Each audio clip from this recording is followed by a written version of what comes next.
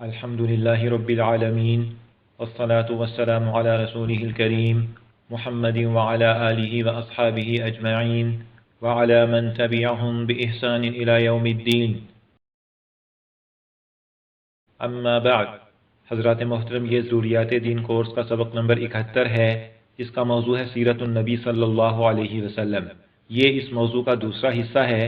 اس میں نبوت ملنے سے لے کر ہجرت مدینہ تک کے 13 سالوں کا ایک خاکہ ہے۔ یہ سبق 8 نکات پر مشتمل ہے۔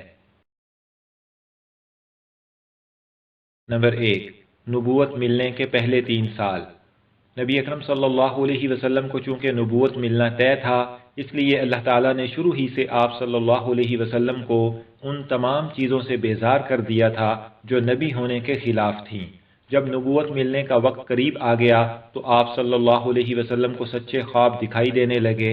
پھر آپ صلی اللہ علیہ وسلم کو تنہائی پسند آنے لگی، چنانچہ آپ غار حرا میں خلوت اختیار فرماتے۔ انبیاء کرام علیہم السلام نبوت ملنے سے پہلے اگرچہ نبی تو نہیں ہوتے، لیکن اعلیٰ درجے کے ولی اللہ ضرور ہوتے ہیں۔ اللہ تعالیٰ کی ذات و صفات کے بارے میں انہیں کوئی شک نہیں ہوتا۔ جب آپ صلی اللہ علیہ وسلم کی عمر مبارک 40 سال ہوئی تو ایک دن غار حرا میں فرشتہ آیا اور سورۃ علق کی پہلی 5 آیتیں نازل ہوئیں۔ آپ صلی اللہ علیہ وسلم پر گھبراہٹ اور خوف طاری ہوا اور گھر آ کر اپنی اہلیہ حضرت خدیجہ سے فرمایا، مجھے کمبل اوڑھا دو، مجھے کمبل اوڑھا دو، مجھے اپنی جان جاتی محسوس ہو رہی ہے۔ وحی کا نازل ہونا چونکہ ایک عظیم الشان واقعہ ہے، اس لیے وحی کے رعب اور عظمت کی وجہ سے آپ صلی اللہ علیہ وسلم پر یہ خوف طاری ہوا تھا، جیسے حضرت موسیٰ علیہ السلام کے سامنے جب لاٹھی سانپ بنی تو آپ ڈر کر بھاگے اور مڑ کر نہ دیکھا۔ حضرت خدیجہ رضی اللہ عنہا نے یہ سن کر آپ صلی اللہ علیہ وسلم کے اعلیٰ اخلاق کا ذکر فرمایا اور آپ کو تسلی دی کہ اللہ تعالیٰ آپ کو رسوا نہ کرے گا۔ پھر مزید تسلی کے لیے حضرت خدیجہ رضی اللہ عنہا آپ کو اپنے چچا زاد بھائی ورقہ بن نوفل کے پاس لے گئیں۔ ورقہ عیسائی عالم تھے۔ انہوں نے آپ صلی اللہ علیہ وسلم سے واقعے کی تفصیل سن کر فرمایا، یہ وہی فرشتہ ہے جو حضرت عیسیٰ علیہ السلام پر وحی لایا کرتا تھا، اور ورقہ کو آپ صلی اللہ علیہ وسلم کے نبی ہونے کا یقین ہو گیا۔ آپ صلی اللہ علیہ وسلم کو وحی نازل ہونے اور اپنے نبی ہونے کے بارے میں کوئی شک نہیں تھا۔ نبوت ملنے کے پہلے 3 سال پوشیدہ طور پر اسلام کا پیغام پہنچانے کا حکم تھا۔ اس عرصے میں حضرت خدیجہ، ورقہ بن نوفل، علی، زید بن حارثہ، ابو بکر، عثمان بن عفان، زبیر بن عوام، سعد بن ابی وقاص، بلال بن رباح، خباب بن ارد، عمار بن یاسر، عبداللہ بن مسعود اور ابو ذر غفاری وغیرہ حضرات رضی اللہ عنہم اسلام لائے، اور حضرت ارقم بن ابی الارقم رضی اللہ عنہ کا مکان جو صفا پہاڑی کے دامن میں واقع تھا، اسلام کی دعوت کا پہلا مرکز تھا۔ نمبر 2، توحید کا اعلان اور اہل ایمان کی آزمائشیں، سنہ 4 تا رجب سنہ 5 نبوی۔ حضرات محترم، 3 سال بعد اعلانیہ تبلیغ کا حکم نازل ہوا۔ آپ صلی اللہ علیہ وسلم نے پہلے مرحلے میں قریبی رشتہ داروں کو اسلام کی بنیادی تعلیمات، توحید، رسالت اور آخرت کی دعوت دی۔ آپ کے چچا ابو لہب نے جواب میں بد دعا دی اور اس کی گستاخی کے جواب میں سورۃ لہب نازل ہوئی۔ رسول اللہ صلی اللہ علیہ وسلم کی 2 صاحبزادیاں حضرت رقیہ اور ام کلثوم رضی اللہ عنہما ابو لہب کے بیٹوں سے بیاہی ہوئی تھی، لیکن ابھی رخصتی نہیں ہوئی تھی۔ ابو لہب نے اپنے بیٹوں سے کہہ کر انہیں طلاق دلوا دی۔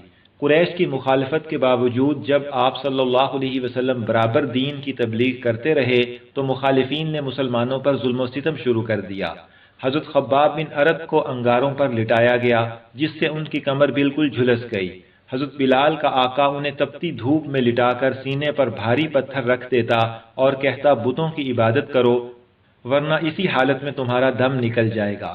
کبھی ان کے گلے میں رسی ڈال کر شریر لڑکوں سے کہتا کہ انہیں سارے شہر میں گھسیٹتے پھرو۔ جبر و تشدد کا یہ سلسلہ مالدار اور معزز لوگوں تک بھی پہنچا۔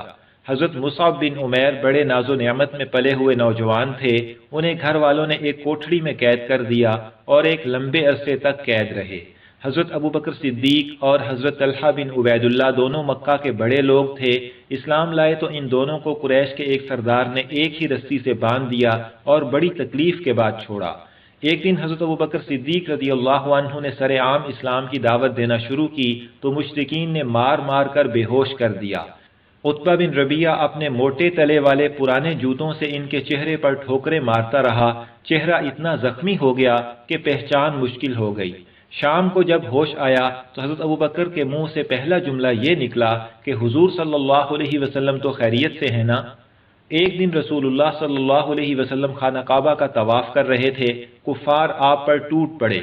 عقبہ بن ابی معیط نے آپ کی چادر آپ کے گلے میں ڈال کر اس طرح بل دیے کہ آپ صلی اللہ علیہ وسلم کا دم گھٹنے لگا اور آپ گھٹنوں کے بل بیٹھ گئے۔ ایک دفعہ آپ صلی اللہ علیہ وسلم نماز پڑھ رہے تھے، جب سجدے میں گئے تو عقبہ نے اونٹ کی اوجڑی آپ کی کمر پر رکھ دی۔ مشرکین اس شرارت سے ہنس ہنس کر ایک دوسرے پر گرے جاتے تھے۔ کسی نے حضرت فاطمہ کو اطلاع کی، انہوں نے آ کر بڑی مشکل سے اوجڑی ہٹائی۔ آپ صلی اللہ علیہ وسلم کے بڑے صاحبزادے حضرت قاسم کی وفات پر مشرکین نے طعنہ دیا کہ ان کی نسل ختم ہو گئی۔ ان کے جواب کے لیے سورۃ کوثر نازل ہوئی۔ آپ صلی اللہ علیہ وسلم اللہ کا پیغام پہنچانے نکلتے تو ابو لہب بھی پیچھے پیچھے لوگوں سے کہتا پھرتا کہ دیکھنا کہیں یہ تمہیں تمہارے دین سے ہٹا نہ دے، یہ چاہتا ہے کہ تم بتوں کی عبادت چھوڑ دو۔ آپ صلی اللہ علیہ وسلم اس کی طرف توجہ دیے بغیر اپنا کام کرتے رہتے۔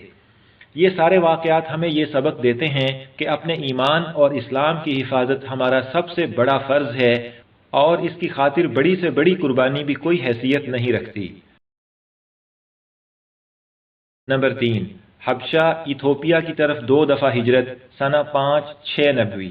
جب قریش کے مظالم حد سے بڑھ گئے اور مسلمانوں پر مکہ کی زمین تنگ پڑ گئی تو افریقہ کے ساحلی ملک حبشہ یعنی ایتھوپیا کی طرف ہجرت ہوئی۔ حبشہ پر اس وقت ایک عیسائی بادشاہ کی حکومت تھی، اس کا لقب نجاشی تھا۔ یہ انصاف پسند حکمران تھا اور کسی پر ظلم نہیں ہونے دیتا تھا۔ حبشہ کی طرف ہجرت ایک عارضی آرام گاہ کے طور پر ہوئی ہے۔ حبشہ کی طرف پہلی ہجرت نبوت ملنے کے 5ویں سال 11 مردوں اور 4 خواتین نے کی، اور دوسری ہجرت نبوت ملنے کے 6 سال 88 مردوں اور 19 خواتین نے کی۔ مسلمان حبشہ میں امن و امان سے رہنے لگے تو قریش نے 2 آدمیوں پر مشتمل وفد بھیجا جس نے بادشاہ اور اس کے درباریوں کو تحفے تحائف دیے اور مسلمانوں کو اپنے ملک سے نکالنے کے لیے کہا۔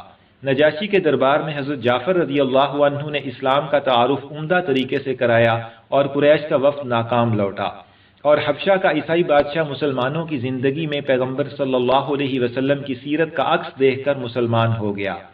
ہجرت حبشہ سے یہ سبق ملا کہ اپنا دین بچانے کے لیے اگر گھر بار چھوڑنا پڑے تو چھوڑ دیا جائے، مگر اسلام کو نہ چھوڑا جائے، اور دوسرے یہ کہ ہم میں سے ہر شخص کو دین کی تعلیمات کا عملی نمونہ بننا چاہیے اور اپنے کردار سے بھی اسلام کا پیغام آگے پہنچانا چاہیے۔ نمبر 4، مسلمانوں کا سوشل بائیکاٹ، سنہ 8 نبوی۔ قریش کے جذبہ انتقام نے پھر انگڑائی لی اور انہوں نے خاندان بنو ہاشم کو آپ صلی اللہ علیہ وسلم کی حمایت سے باز رکھنے کے لیے آپس میں ایک معاہدہ کیا کہ بنو ہاشم سے نہ نکاح اور رشتوں کا کوئی معاملہ کیا جائے اور نہ ہی ان سے خرید و فروخت کی جائے، اور مزید پختگی کے لیے یہ معاہدہ خانہ کعبہ میں لٹکا دیا۔ اس کے نتیجے میں نبی اکرم صلی اللہ علیہ وسلم اور بنو ہاشم کے سب افراد کو ایک پہاڑی گھاٹی میں پناہ لینی پڑی۔ اس گھاٹی کو شعب ابی طالب بھی کہتے ہیں۔ اس گھاٹی میں کبھی فاقے کرنے پڑے، کبھی گرا پڑا خشک چمڑا چبانے کی نوبت آتی اور اکثر جھاڑیوں کے پتے کھانے پڑتے۔ حضرت سعد بن ابی وقاص نے ایک دفعہ اونٹ کی خشک کھال کا ٹکڑا جلا کر پیسا اور پانی میں ملا کر پھانک لیا۔ اس طرح 3 دن گزار لیے۔ یہ قید بامشقت تقریباً 2.5 سال تک رہی۔ آخرکار اللہ تعالیٰ نے قریش کے بعض سرداروں کے دلوں کو نرم کیا، انہوں نے بائیکاٹ کا معاہدہ ختم کرایا اور مسلمانوں کو اس قید سے رہائی ملی۔ اس واقعے سے یہ سبق ملتا ہے کہ مسلمان کی شان یہی ہے کہ وہ اپنے دین میں پختہ ہو اور اس پر کوئی کمپرومائز نہ کرے۔ اس پر کوئی بنیاد پرست کہے تو کیا، کوئی انتہا پسند کہے تو کیا پرواہ۔ نمبر 5، حضرت خدیجہ رضی اللہ عنہا اور چچا ابو طالب کی وفات اور دیگر واقعات۔ شعب ابی طالب سے رہائی کے کچھ عرصہ بعد حضرت خدیجہ کا انتقال ہو گیا۔ وہ ہر موقع پر آپ صلی اللہ علیہ وسلم کی غمخوار رہی تھیں۔ ایسی بے مثل رفیقہ حیات کی جدائی سے آپ پر ایسا صدمہ طاری ہوا کہ آپ کی جان گھلنے لگی۔ اس کے تقریباً 1 ماہ بعد چچا ابو طالب کا بھی انتقال ہو گیا، جو اگرچہ اسلام تو نہیں لائے لیکن ہر موقع پر آپ صلی اللہ علیہ وسلم کے مددگار رہے۔ یہ بھی ایک بڑا صدمہ تھا۔ رسول اللہ صلی اللہ علیہ وسلم کی نجی زندگی کی تنہائی میں کمی اس وقت آئی جب حضرت سودا آپ کے نکاح میں آئیں۔ یہ رمضان سنہ 11 نبوی میں ہوا۔ اس سے اگلے سال حضرت عائشہ کا آپ صلی اللہ علیہ وسلم سے عقد نکاح ہوا، اور انہی دنوں مشرکین نے اپنا فرمائشی معجزہ مانگا کہ چاند کے 2 ٹکڑے کر کے دکھائیں۔ اللہ تعالیٰ نے آپ صلی اللہ علیہ وسلم کے ہاتھ پر یہ معجزہ بھی ظاہر کر دیا، لیکن مشرکین نے اسے جادو کہہ دیا اور اپنی ضد پر قائم رہے۔ نمبر 6، طائف کا سفر سنہ 10 نبوی۔ محترم سامعین، مکہ مکرمہ سے تقریباً 120 کلومیٹر کے فاصلے پر طائف میں قبیلہ ثقیف آباد تھا۔ یہ لوگ اکثر خوشحال تھے۔ یہ لوگ اگر اسلام قبول کر لیتے تو مسلمانوں کو بہت سی تکلیفوں سے نجات مل جاتی اور دین کے پھیلنے کے لیے ایک مرکز میسر آ جاتا۔ رسول اللہ صلی اللہ علیہ وسلم بڑی امید لے کر سنہ 10 نبوی میں طائف کی طرف روانہ ہوئے۔ طائف میں آپ صلی اللہ علیہ وسلم نے 10 دن گزارے اور عمومی بیان اور خصوصی ملاقات دونوں طرح دین کی دعوت دی۔ طائف والوں کا رویہ انتہائی بدتمیزی کا رہا۔ جب آپ صلی اللہ علیہ وسلم واپس جانے لگے تو انہوں نے شہر کے اوباش لڑکوں کو مذاق اڑانے اور پتھر برسانے کے لیے آپ کے پیچھے لگا دیا۔ طائف کی سرزمین پر کائنات کے مقدس ترین انسان کا خون اتنا بہا کہ دونوں جوتے خون سے رنگین ہو گئے۔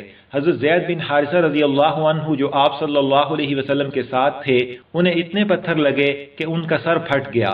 اس موقع پر پہاڑوں پر مقرر فرشتے نے حاضر خدمت ہو کر عرض کیا، اگر ارشاد ہو تو دونوں طرف کے پہاڑوں کو ملا دوں جس سے یہ قوم درمیان میں کچلی جائے۔ آپ صلی اللہ علیہ وسلم نے فرمایا، مجھے امید ہے کہ اگر یہ لوگ مسلمان نہ ہوئے تو ان کی اولاد میں سے ایسے انسان پیدا ہوں گے جو اللہ تعالیٰ کی عبادت کریں گے۔ اس واقعے سے یہ سبق ملا کہ دین بیزار لوگوں کی طرف سے بد تہذیبی کا رویہ سامنے آئے تو اسے تحمل کے ساتھ برداشت کرنا چاہیے، کوئی جذباتی رد عمل نہیں ظاہر کرنا چاہیے اور ان سے علیحدگی اختیار کر کے ان کے لیے دعا کرنی چاہیے۔ نمبر 7، یثرب مدینہ منورہ میں اسلام سنہ 10، 11 اور 12 نبوی۔ یثرب یعنی مدینہ منورہ میں آباد 2 قبیلوں اوس اور خزرج کے 6 افراد سنہ 10 نبوی میں حج کے موقع پر ایمان لائے۔ انہوں نے واپس مدینہ جا کر اسلام کی دعوت دینا شروع کی اور بہت سے لوگ مسلمان ہو گئے۔ اگلے سال سنہ 11 نبوی میں اوس اور خزرج کے مزید 12 افراد نے حج کے موقع پر آپ صلی اللہ علیہ وسلم کے ہاتھ پر بیعت کی۔ اسے عقبہ کی پہلی بیعت کہتے ہیں۔ رسول اللہ صلی اللہ علیہ وسلم نے حضرت مصعب بن عمیر اور عبداللہ بن ام مکتوم رضی اللہ عنہما کو قرآن مجید کا معلم بنا کر روانہ کیا، اور اس طرح اسلام کے نئے مرکز میں باقاعدہ دین کی تعلیم کا آغاز ہوا۔ اس کے بعد سنہ 12 نبوی میں مدینہ منورہ سے 75 افراد نے آپ صلی اللہ علیہ وسلم کے ہاتھ پر بیعت کی اور آپ صلی اللہ علیہ وسلم پر اپنا تن من دھن نچھاور کرنے کا وعدہ کیا۔ یہ عقبہ کی دوسری بیعت کہلاتی ہے۔ اس واقعے سے معلوم ہوا کہ اللہ تعالیٰ اپنے دین کی خدمت اور حفاظت کرنے والے افراد کو چن لیتا ہے، کبھی ایک جگہ سے کبھی دوسری جگہ سے۔ نمبر 8، معراج کا سفر۔ معراج کے سفر کے 2 حصے ہیں۔ مکہ مکرمہ سے بیت المقدس تک اسے اسراء کہتے ہیں۔ مسجد اقصی میں حضرت آدم علیہ السلام سے لے کر حضرت عیسیٰ علیہ السلام تک تقریباً 1,24,000 انبیاء کرام آپ صلی اللہ علیہ وسلم کے استقبال کے لیے موجود تھے۔ یہاں سب انبیاء نے آپ صلی اللہ علیہ وسلم کے پیچھے نماز پڑھی۔ اس طرح آپ صلی اللہ علیہ وسلم کے امام الانبیاء ہونے کا عملی مظاہرہ ہوا۔ یہاں سے سفر کا دوسرا حصہ شروع ہوا، اسے معراج کہتے ہیں۔ اس میں نبی اکرم صلی اللہ علیہ وسلم نے یکے بعد دیگرے 7 آسمانوں کی سیر کی۔ پہلے آسمان پر حضرت آدم سے ملاقات ہوئی، دوسرے پر حضرت عیسیٰ سے، تیسرے پر حضرت یحییٰ سے، چوتھے پر حضرت یوسف سے، 5ویں پر حضرت ہارون سے، 6ٹھے پر حضرت موسیٰ سے اور 7ویں آسمان پر حضرت ابراہیم علیہ السلام سے ملاقات ہوئی۔ اس کے بعد جنت دوزخ دکھائی گئی اور پھر جہاں تک اللہ تعالیٰ کو منظور ہوا وہاں تشریف لے گئے، اور اس موقع پر امت کو 50 نمازوں کا تحفہ ملا جو کم ہو کر 5 رہ گئیں، لیکن ثواب 50 ہی کا ملتا ہے۔